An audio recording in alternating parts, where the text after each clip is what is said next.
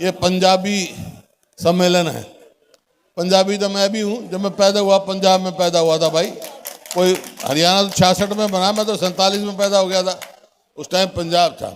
लेकिन ये सम्मेलन उन लोगों का है जो मेरे सामने हैं, जिन्होंने मेहनत करके आगे बढ़े हैं। हम तो भाई पैदा हुए, परिवार में पैदा हुए, हमारे कोई चिंता नहीं थी खाने पीने की, आपने जो भी था पढ़ाई की, अच्छे हम। लेकिन जो समाज विस्थापित होके आया, मेरे को मालूम है कितनी मेहनत करके ये आगे बढ़ा है। ये मैं उसकी आप सबको हार्दिक बधाई देता हूँ। मैं सोच रहा था कि भाई ये समाज जो दुकानदार भी हैं, व्यापारी भी हैं, इतनी प्रगति कैसे करी। उसका एक मुख्य कारण ये भी है कि इन्होंने लोगों से मुनाफा कम कमाया, कम से कम मुनाफे पे कार्य किया। इस वास्ते समाज परिवार जो व्यापार में बढ़ा, इस बात की मैं आप सबको हार्दिक बधाई देता हूँ। भाई जिस प्रकार से मेहनत हुई, दिन रात मेहनत किया है इस समाज ने, ये छोटी बात नहीं है। मेरे को भी प्रदेश की सेवा का मौका मिला 2005 में, तो मैं कह सकता हूँ 2014 में जब हरियाणा छोड़ा हमने, तो हरियाणा प्रति व्यक्ति आय में, प्रति व्यक्ति निवेश में, नौकरी देने में, कानून व्यवस्था में, खेल खिलाड़ियों में नंबर 1 था। ये सरकारी आंकड़े हैं। लेकिन 9.5 साल के बाद हमारा हरियाणा किस चीज़ में नंबर 1 हो गया भाई? बेरोजगारी में, महंगाई में, अपराध में, और खेल खिलाड़ी को तो आप खुद देख रहे हो कि आप जंतर मंतर में कैसे हमारी पहलवान बेटियों के साथ व्यवहार किया गया, उनको अब तक न्याय नहीं मिला। तो ये जो है बहुत मेहनत से जो हरियाणा जो नंबर 1 हुआ, उसमें इस समाज का, जो समाज मेरे सामने बैठा है, सबसे बड़ा योगदान रहा। मैं इस बात की कहता हूँ।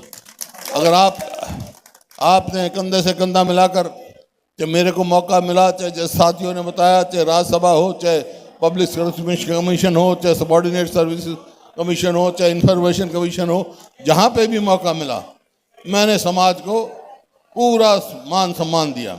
क्योंकि ये कोई आपका ये नहीं है, आपका अधिकार है, आपका कार्य है, आपका खून पसीने की जो कमाई है, जिस प्रकार से आपने अपने आप को उठाया है, वो है। मैं तो इस बात में कोई संकोच नहीं करता। जब ये आप समाज आया यहाँ, हमारा समाज पिछड़ा हुआ था, आपने बहुत कुछ सिखाया है यहाँ के समाज को, बहुत कुछ सिखाया है, बहुत आगे बढ़ाया है। इस बात के लिए मैं आपका धन्यवाद हूँ। मेरे को मालूम है, मैं तो बचपन से वहाँ जो रोहतक में कैंप है उसके साथ ही मेरा मकान है, तो मैंने देखा है आप लोगों ने बहुत हमारे को बहुत कुछ सिखाया है और आगे भी सिखाएंगे, रास्ता दिखाएंगे। भाई आज मदन लाल ढींगरा जी की बात है, उनको तो मैं नमन करता ही हूँ, और इसी वजह से 13 सेक्टर में मैंने उनका स्टैचू बनाया था, क्योंकि वो पहले वो हैं जो देश की आज़ादी की लड़ाई शुरू करी, जिन्होंने देश में जज्बा भरा संघर्ष का। लेकिन मेरे को पता लगा जब यहीं से विधायक और मुख्यमंत्री मनोहर लाल खट्टर जी उस स्टैच्यू को इंद्री ले गए, कभी ऐसा नहीं सुना। आपको पता होगा, ठीक है ना ये बात? मैंने कल्पना चावला जी के नाम से, हमारे को गर्व है हमारी बेटी पर, उनके नाम से मेडिकल कॉलेज बनाया।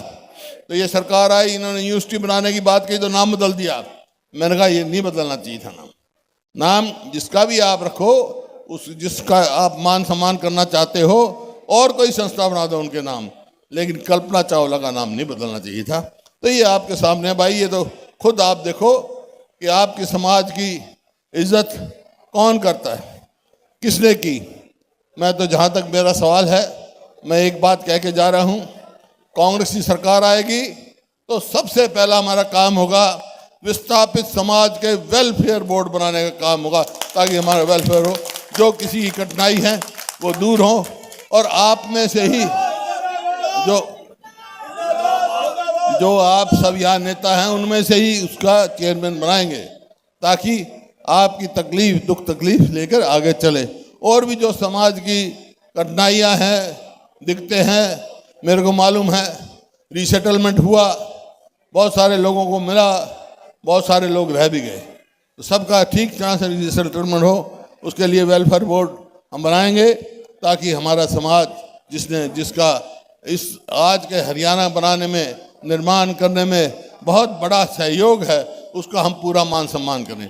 कांग्रेस की सरकार आएगी तो समाज को पूरा मान सम्मान और उचित स्थान मिलेगा, ताकि हम आगे बढ़ें हर चीज़ में।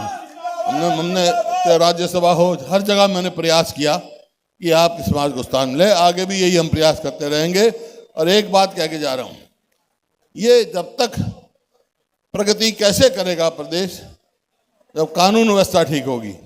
2005 में भी ऐसी परिस्थिति थी, जेलों से राज चलता था। मेरे को मौका मिला, मैंने कह दिया था बदमाशों, या तो बदमाशी छोड़ दो या हरियाणा छोड़ जाओ। आज वही परिस्थिति है। आज कह के जा रहे हैं हम, कांग्रेस सरकार आते बदमाशों को हरियाणा में नहीं रहने देंगे, ताकि व्यापारी कर्मचारी सब अपना शांति से आगे प्रगति करें। आप